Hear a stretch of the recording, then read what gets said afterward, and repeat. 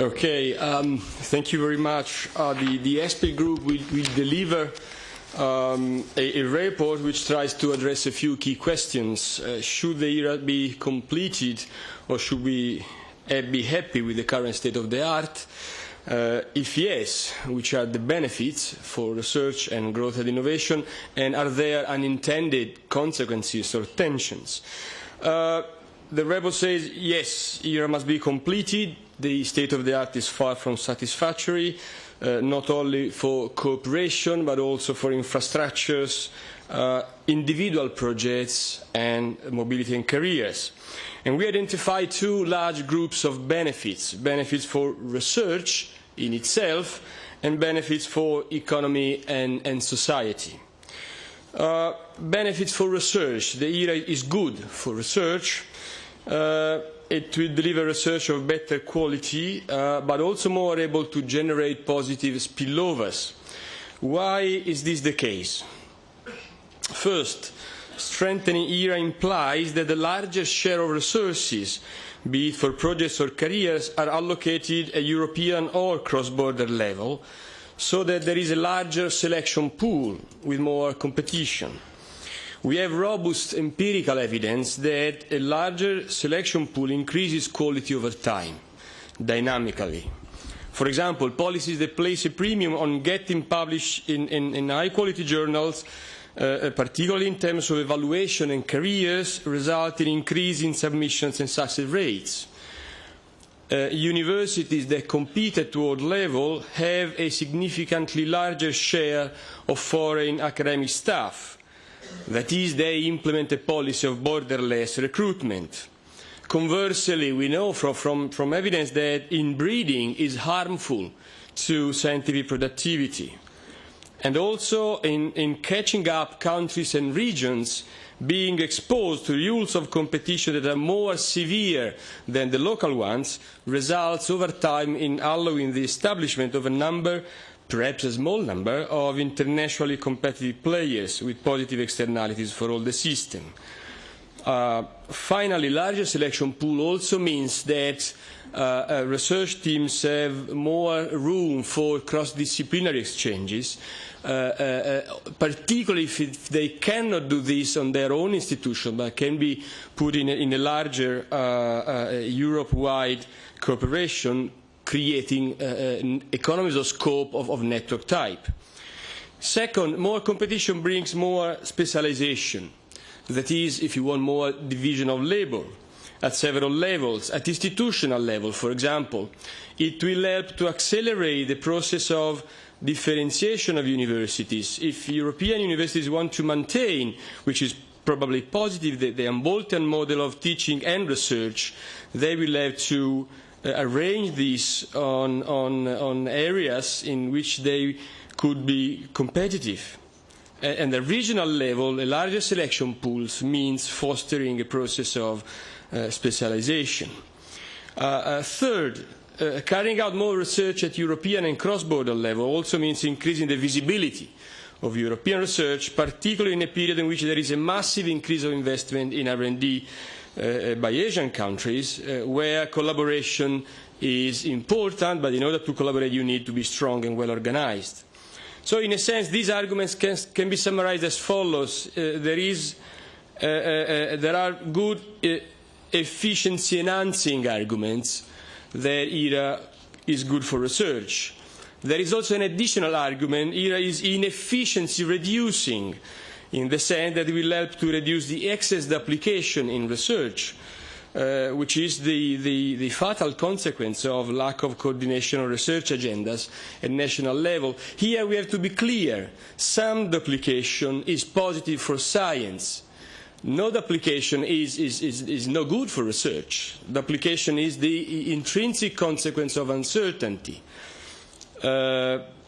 So some duplication has to be in the research system, but excess correlation of research agendas may produce, particularly in directed research, waste of resources. So we see good arguments for claiming that completing the ERA will be good for research and will deliver better quality in European research. Then there is a second area of benefits. The ERA is good for innovation and growth. Will produce more spillovers. By reviewing carefully the recent empirical evidence, we have found reasonable arguments to identify benefits as follows.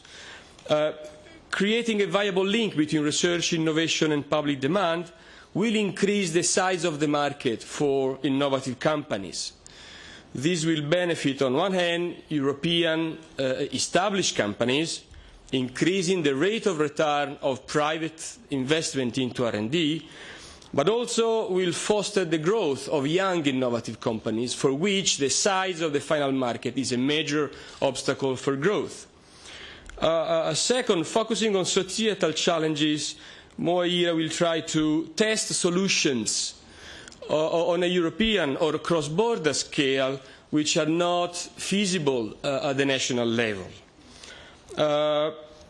Finally, we call the attention on the link between innovative solutions to societal challenges and the development of new kinds of services, most of which knowledge-intensive services in areas and sectors in which there is not already the dominance of established players, particularly in private services where US dominance is strong.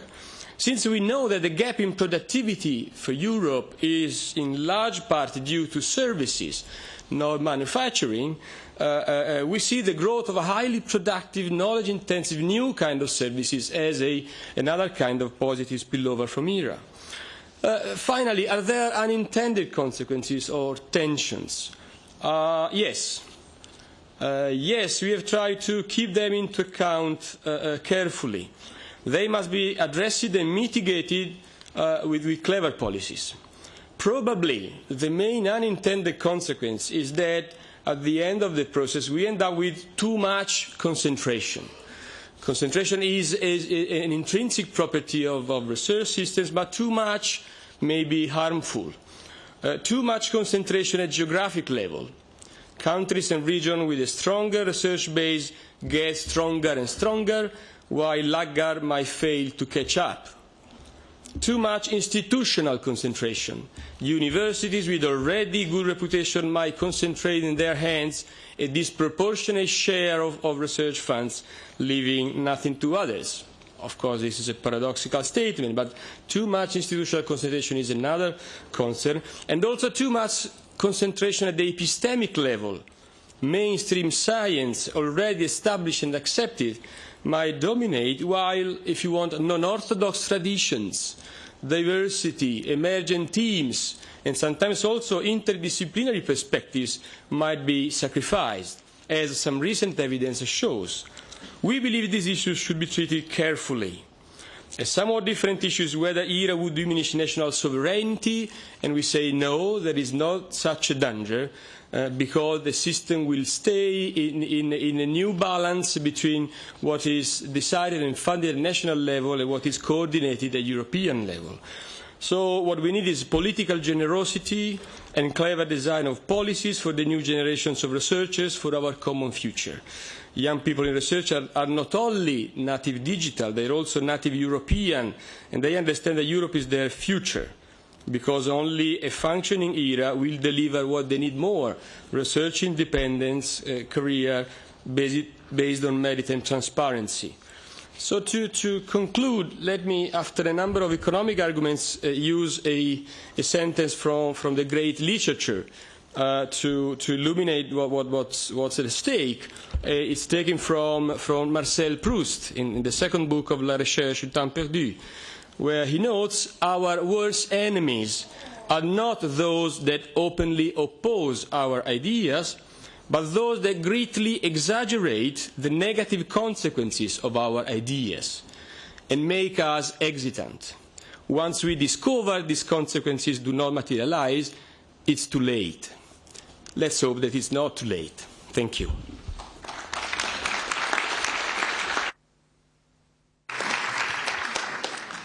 Thank you very much, Professor Bonaccorsi. Listening to you, I had the impression that some of our colleagues and friends who are sitting in this room may feel that the arguments are overly technical or overly economic. but since you managed to end your speech with Marcel Proust, I'm now more confident that everybody will feel totally within the game.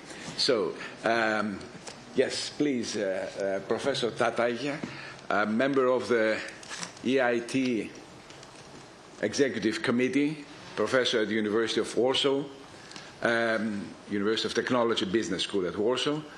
I must say that Professor Matsukato could not make it, and therefore Professor Tatai has the floor.